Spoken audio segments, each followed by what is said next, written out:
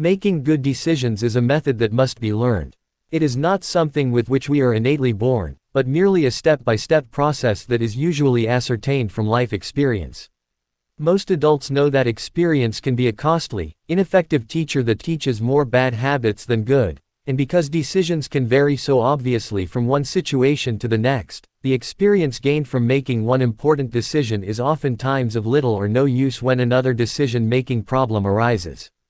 When decision-making, there are many steps that can be taken, but when making good decisions there are really only 5 steps that need to be considered.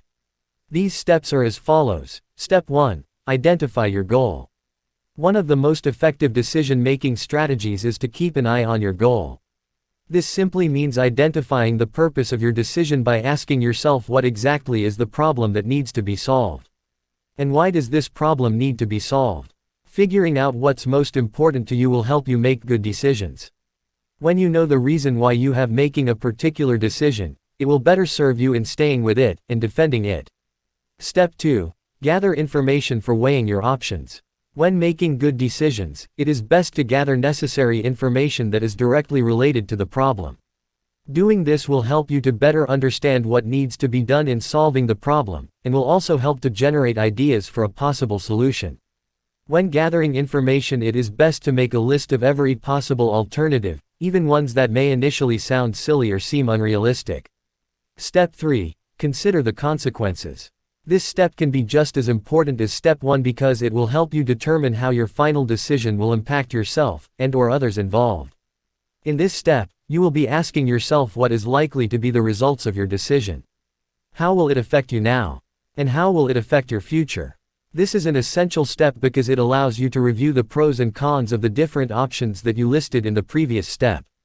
It is also important because you want to feel comfortable with all your options and the possible outcome of whichever one you choose. Step 4. Make your decision. Now that you have identified your goal, gathered all necessary information, and weighed the consequences, it is time to make a choice and actually execute your final decision.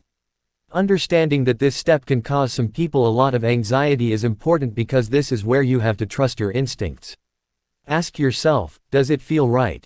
And does this decision work best for you now and in the future? When you answer those questions back, you should feel good about the result. Step 5. Evaluate your decision. Once you have made your final decision and put it into action, it is necessary to evaluate the decision and the steps you have taken to ensure that it works. This final step is probably just as important as step 1, if not more important, because it will help you to further develop your decision-making skills for future problems. This step is also fundamental because it may require you to seek out new information and make some changes along the way. Remember, this step requires some patience and it can also encourage perseverance. Why? Because it may take some time to see the final outcome. Recognizing that if the first decision is not working, you may have to go back to step 2 and choose another option. Always looking for and anticipating unexpected problems will help alleviate undue stress, if and when a problem occurs. Although these 5 steps can help assist in simplifying the decision-making process, there are some common drawbacks that you must also take into account. This was published as an article written by Kesha D. Gray in CorporateWellnessMagazine.com.